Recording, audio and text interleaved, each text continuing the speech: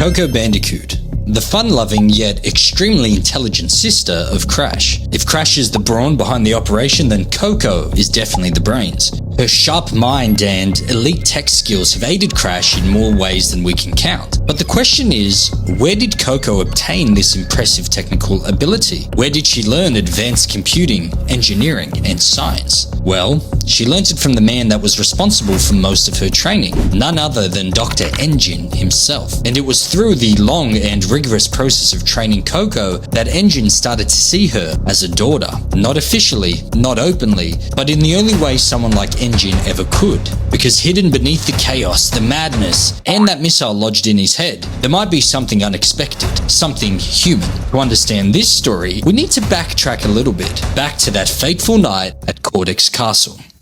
After Crash escaped, Cortex didn't just lose control, he lost his perfect creation. And for someone like Cortex, that kind of failure isn't something you accept, it's something you try to replace. And that's where Coco comes in. Brilliant, capable, adaptable, similar to Crash in some ways, but also very different. So Cortex does what he always does. He tries again. Another mind to shape, another creation to control. But here's the problem. Coco isn't Crash. She doesn't fill that gap, and she doesn't replace what was lost. And whether Cortex realizes it consciously or not, he begins to shift, to delegate, to distance himself. And that's where another character steps in to fill that void. Dr. N, the loyal lieutenant, the mechanical genius, the man with a literal missile embedded in his skull, but also someone who's never really had anything of his own. No legacy, no creation, no one to pass anything down to, perpetually living in the domineering shadow of his cruel master. That is, until Coco. Cortex discards Coco and relegates her training to N,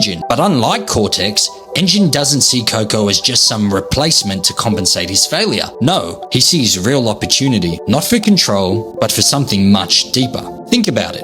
Coco becomes one of the most technically skilled characters in the entire Crash universe. Computers, engineering, hacking. That doesn't happen by accident or through an apathetical approach to training. No, that's learned, taught, developed. And who's the one character in Cortex's circle who lives and breathes that world? N.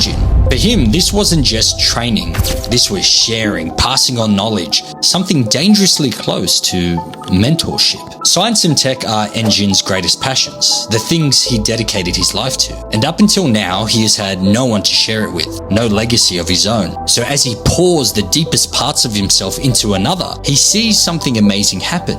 Coco takes to it with excitement and joy, like a duck to water, and he notices within her that same passion, that same spark that he has within himself, and he feels something he has never felt in his life, a deep and overwhelming sense of pride, not for himself, but for someone else. And for someone like N, that's as close as it gets to being a father. But tragically, just like with Cortex and Crash, this story doesn't have a happy ending, because Coco, like Crash, has her own mind, her own direction, her own will, and eventually she also escapes to join her brother. They now end up on opposite sides, enemies, rivals. But here's the difference. With Cortex and Crash, it's rage, obsession, revenge.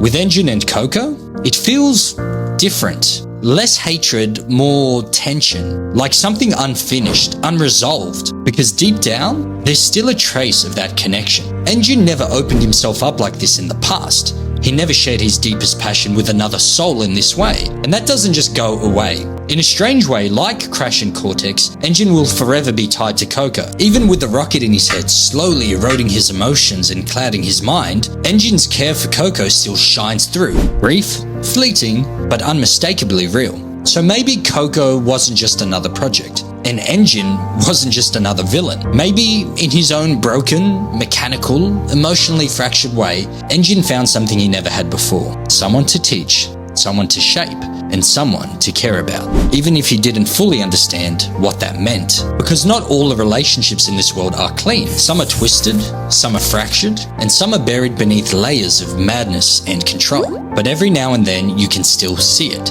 in the way he treats her, in the way he reacts to her, a glimpse of something unexpected, something human, something that almost resembles fatherly love. And no, we are not going anywhere near that creepy line. I have been watching you and your delicious sister.